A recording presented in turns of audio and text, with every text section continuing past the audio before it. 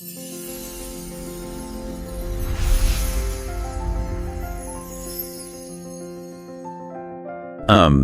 everyone tells you that getting rich quick is a scam. It's like practically a universal law at this point. Oh, absolutely. You hear it from your parents, your teachers, your financial advisors, everyone.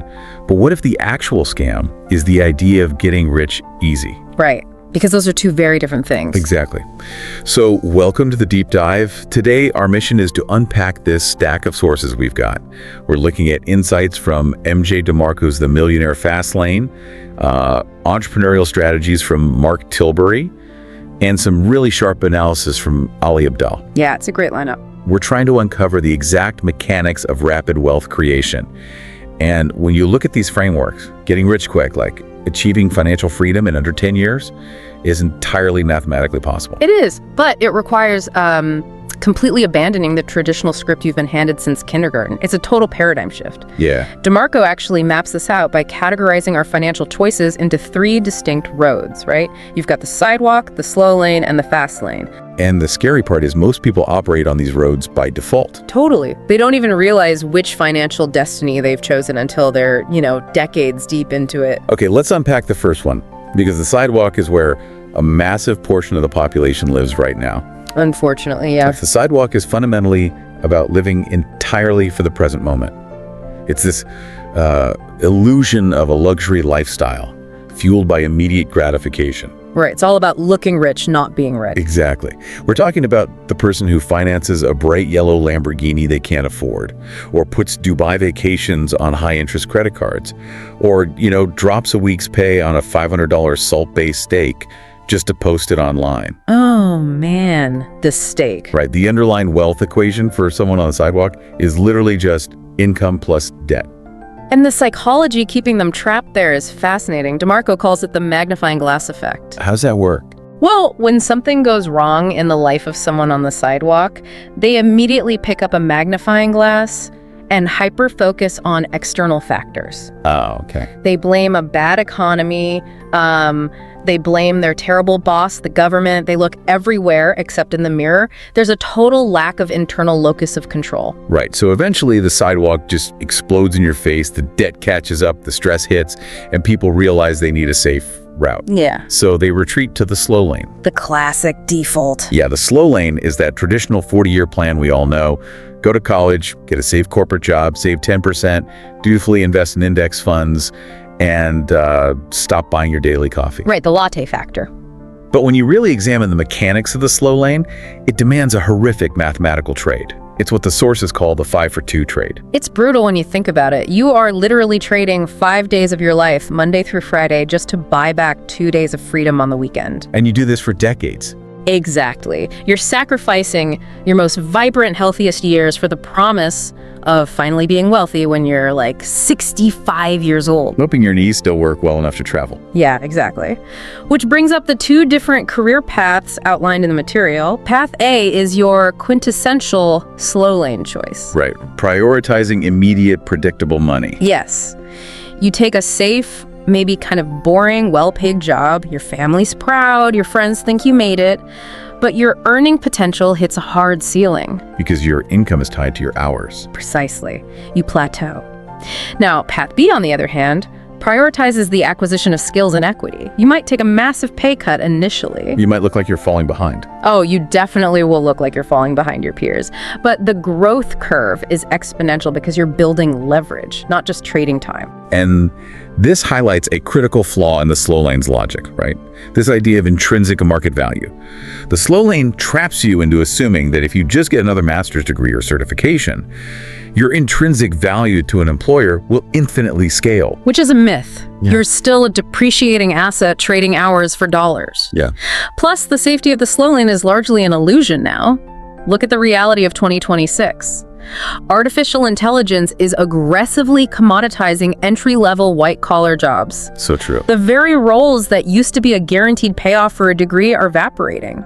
The slow lane is arguably riskier today than it's ever been. I hear that, but I have to play devil's advocate for a second here. Go for it. If the slow lane is essentially a tricycle that maxes out at 3 miles per hour no matter how hard you pedal, and the sidewalk is just wandering in circles into a pit of debt, How do you actually get a faster vehicle? That is the million-dollar question. Because the fast lane sounds great, but don't you need to be born with trust fund money or like a genius level IQ to get the keys to that Ferrari? That's the most common misconception. You don't buy the fast lane vehicle, you construct it.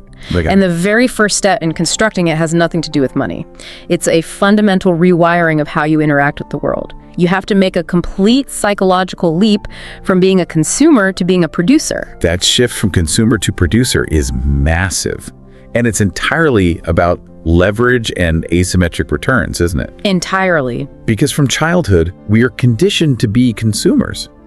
Like, a consumer trades 2 hours of their life to watch a movie and gets exactly 2 hours of entertainment in return. Right. It's a one-to-one trade. But a producer spends those 2 hours building a system or writing code or creating a piece of content that might serve 10,000 people simultaneously. Consumers are digging for gold. Producers are setting up the factory that manufactures the shovels. I love that analogy, and there's a great example from the analysis, the McDonald's Filet-O-Fish. Oh yeah, explain that one. So a consumer walks into McDonald's, eats the burger, and thinks, this tastes pretty good. But a producer walks into that exact same restaurant, ignores the taste of the burger, and looks at the underlying architecture. They ask, how did they systemize this grill line? How is the supply chain structured so that this burger costs and tastes exactly the same in Tokyo as it does in Chicago? The producer is always analyzing the underlying business mechanics of everyday life. Exactly. They see the matrix. So how does someone practically transition into that producer mindset? The framework suggests starting by locating your personal value zone. Yes, the values. It's this Venn diagram where 3 critical elements overlap. What you actually enjoy doing, what you have a high aptitude for, and most importantly, what the market will pay high money to solve. Because if you only follow your passion, you'll likely go broke. Yeah. And if you only chase the money, you'll burn out and be miserable. You have to hit that intersection. And if we look at what that value zone looks like for a beginner operating in 2026, it almost universally points toward launching a service-based business as an initial side hustle. Absolutely. The mechanics behind this are really simple. A service-based business has incredibly low barrier to entry costs compared to a physical product business. Right, you don't need a warehouse. No warehouse, no prototypes, no inventory logistics. You literally just need a laptop, an internet connection, and a highly specific skill that solves a painful problem for someone else. There is a brilliant example of this in the notes. Think about all the established, older businesses. Local landscapers, master plumbers, boutique shops. Yeah. These people are incredible at their actual trade, but their tech infrastructure is a nightmare. They have websites built a decade ago that look terrible on a modern smartphone. It's a massive pain point. Exactly. So a beginner can learn how to use a modern, all-in-one management platform like Odoo, for example, and rebuild their entire e-commerce and booking site over a weekend. To the plumber, you've just performed magic. You've solved a major headache, which means they perceive immense value in what you provided. Right. But to pull that off, to truly execute Path B, you have to acquire what Tilbury and others call high-income skills. These are the tools you use to build your vehicle. And right now, the trifecta of high-income skills consists of coding, video editing, and copywriting. The big 3. Think of coding as the engine of your digital vehicle. Video editing is the sleek chassis that captures attention. And copywriting is the steering wheel that directs human behavior toward a sale. They allow you to create scalable systems on the internet. But let's be realistic for a second. Am I supposed to lock myself in a basement and become a world-class coder, a master editor, and a genius copywriter all on my own? No, that sounds like another quick path to burnout. Yeah, trying to be a solo operator forever seems like a major trap. It is. You cannot outcompete a specialized, talented team by doing everything yourself. Look at the genesis of Elon Musk's wealth. He didn't build his empire in isolation. Right, the PayPal mafia. Exactly. He was deeply embedded in a syndicate of brilliant tech minds who pooled their complementary skills. Those same people went on to found YouTube, Yelp, LinkedIn, SpaceX. Wow. To truly scale in the fast lane, you eventually have to transition from doing the work to leveraging human resources. You hire the coder so you can focus on the architecture. All right, so let's say you've made the mindset shift. You're learning the skills, you've identified a service-based idea right in your value zone. Before you pour 3 years of your life into building this thing, you have to run it through a stress test. The CENTS framework. Yes, CENTS. 5 specific commandments. And supposedly, 90% of new businesses fail simply because they violate one of these rules. It's true. Let's examine the mechanics of each one. The C stands for control. Simply put, are you the driver of your business vehicle, or are you just a hitchhiker sitting in the passenger seat? A perfect example of violating the control commandment is certain types of affiliate marketing, isn't it? Oh, definitely. You might be making $20,000 a month selling someone else's course, which feels amazing. But the founder of the course is making $200,000. And more dangerously, that founder can wake up tomorrow, decide to slash the commission structure to 0, and your entire income vanishes instantly. Because they hold the steering wheel. Yeah. You're just along for the ride. Exactly. Next is E for entry. This dictates the barrier to entry. As a rule of thumb, if you can start a business in 10 minutes by filling out an online form and paying a $200 distributor fee, it's a trap. Because if anyone can effortlessly enter the market, it'll be instantly saturated with low-effort competition. Right. Which totally flips how we should look at difficulty. People are always complaining that the production value required to succeed on YouTube is getting too high, or that learning a new coding language is too hard. But that rising barrier to entry is exactly what protects your profit margins once you're inside. It acts as a moat that keeps the lazy competition out. I love that perspective. Moving on, the N is for need. And this is the commandment that shatters the popular do what you love advice. Oh yeah. You can be deeply passionate about a hobby, but if the broader market doesn't have a genuine need for it, you're gonna starve. Like the case study about Joe, right? Yeah, Joe the martial arts expert. He opened a studio purely out of passion. It bankrupted him in 10 months because he never stopped to ask if that specific neighborhood actually needed another martial arts studio. The market is entirely selfish. It only cares what you can do for it. Needs are simply solved problems or alleviated frustrations. Perfectly said. Then we hit T for time. This is the holy grail. It's about detaching your income from your physical hours. There's this visceral story in the material about Ashlyn. She loved literature and coffee, so she spent her life savings opening a quaint, beautiful little coffee shop. And the reality was brutal. Yeah. She was setting a 4 a.m. alarm every day to open the doors. She smelled like stale espresso constantly. She stayed until 8 p.m. cleaning up. She missed her friends' weddings. It destroyed her social life. She didn't buy a business. She bought herself an exhausting minimum wage job.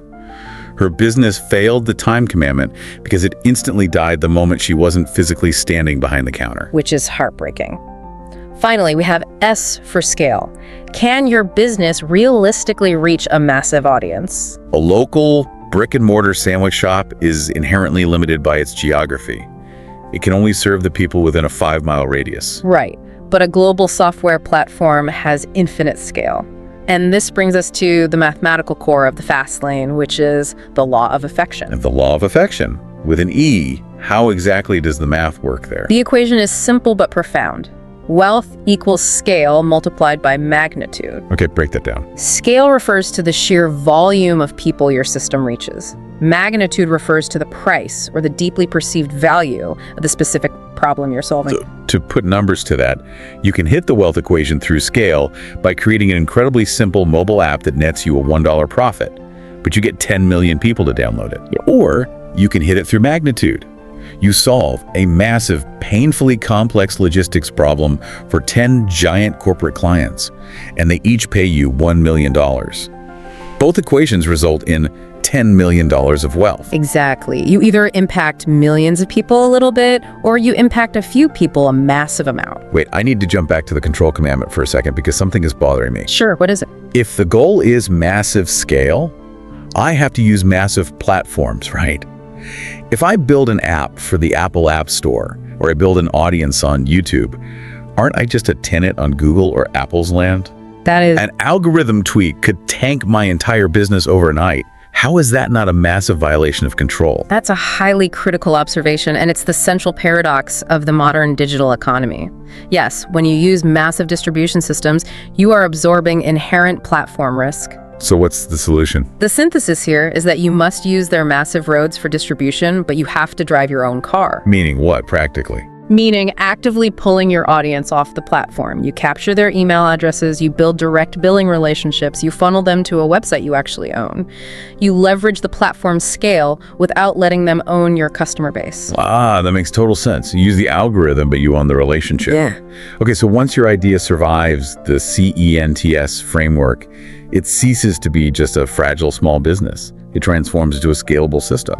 DeMarco called these money trees. Yes, money trees are systems specifically engineered to survive and bear fruit without your constant physical labor. And the analysis breaks down 5 specific types of money trees that successfully detach your time from your income. Let's run through them. Number 1, computer and software systems. This is your micro SaaS or your mobile app. The magic here is zero marginal cost. You suffer through writing the complex code once, but serving the 1 millionth user costs you exactly the same amount of effort as serving the first user 0. Right. Number 2 is distribution systems. Think of platforms like Amazon or AppSumo. They don't necessarily create the products. They build the infrastructure that connects buyers with sellers, taking a toll on every transaction that passes through their system. Number 3 is content systems. This could be writing a book, recording a comprehensive Skillshare course, or building a library of evergreen YouTube videos. You invest the time to create the asset once, and it continues to generate ad revenue or royalties while you sleep for years. Number 4 is human resources. This is the hardest one to manage, but it is highly effective. It involves building a competent management team to run the daily operations of an existing business so you can step away from the day-to-day grind. And number 5 is rental systems. But we aren't just talking about buying an apartment complex and becoming a traditional landlord. No, in 2026, the focus is heavily on digital real estate. This could mean licensing custom audio tracks to creators, selling rights to digital art or stock photography, or even a university student packaging their highly detailed semester notes and selling them as a digital download to next year's class. It's anything you have ownership over that can be rented out or licensed repeatedly. Now, bringing up students this idea of building a system with zero marginal cost sounds amazing if you have a massive garage and endless free time. But what if you are locked into a rigid traditional system right now? Like a full course load. Yeah. What if you're a listener currently slogging through a demanding university degree or grinding away at a corporate 9-to-5 job? How do you balance that reality with building a Fastlane system? This requires adopting what the material calls Plan B thinking. You have to stop viewing your university degree or your current job as the ultimate destination. Okay, what is it then? Instead, view it as an incubator. It's your ultimate high-priced hedge against failure. It's a subsidized runaway. I love that framing. So you're basically operating undercover. You maintain the decent GPA, or you do just enough to keep your boss happy, to satisfy the demands of the system. But you divert 80% of your actual creative and mental energy into a strict 24-month roadmap. Precisely. You use that window to build your microsaws or your content ecosystem in the background. And if you're a student, you have massive unfair advantages you don't even realize. You're in a low-risk window, often subsidized by student loans or family support. Yes, and you can use the university campus as a massive zero-cost networking hub. Right. To find brilliant engineering or marketing co-founders. Furthermore, you can ruthlessly play the student card. Oh, that's a great hack. It is. If you email a CEO as a 35-year-old competitor, they'll ignore you. But if you email them asking for mentorship as a 20-year-old student doing a research project, they're incredibly likely to open their playbook to you. Okay, the mechanics are laid out. We know the vehicles, we know the CENTS framework, we know the incubator strategy, but let's look at the pitfalls. Why do so many capable people veer off the fast lane and end up right back in the slow lane? The consensus seems to be that it comes down to psychological traps and terrible resource management. The first trap is poor resource allocation. Driven by that toxic social media myth that you need 7 streams of income right away to be a true millionaire. Oh, trying to build 7 businesses at once as a beginner is a guaranteed recipe for burnout. You have a finite amount of time, capital, and mental bandwidth. You must ruthlessly map your energy and cut the fat. Right. Meaning you eliminate the 4 hours a day you spend scrolling TikTok or playing immersive video games. You take all that conserved energy and focus it relentlessly on one active vehicle until it successfully scales. The analogy they use for this is the motorcycle and the sidecar, right? Your Fastlane business, your service agency, or your software is the active vehicle. It's the motorcycle. You are gripping the handlebars, controlling the throttle, and navigating the turns. And investing is merely the passive sidecar attached to it. Right, and this is where we need to look impartially at the financial data regarding passive investing. Because using a brokerage app like Trading 212 to passively dump money into the S&P 500 is brilliant for the long game. Historically, yes. The S&P 500 has recovered from every major market dip since 1950. Compound interest is real. But it's vital to understand that the S&P 500 is a wealth preservation tool, not a rapid wealth creation tool. Exactly. It's not a get-rich-quick side hustle. It's where you park your massive profits to protect them from inflation after your fast-lane business has done the heavy lifting. Another massive psychological trap is cognitive overload.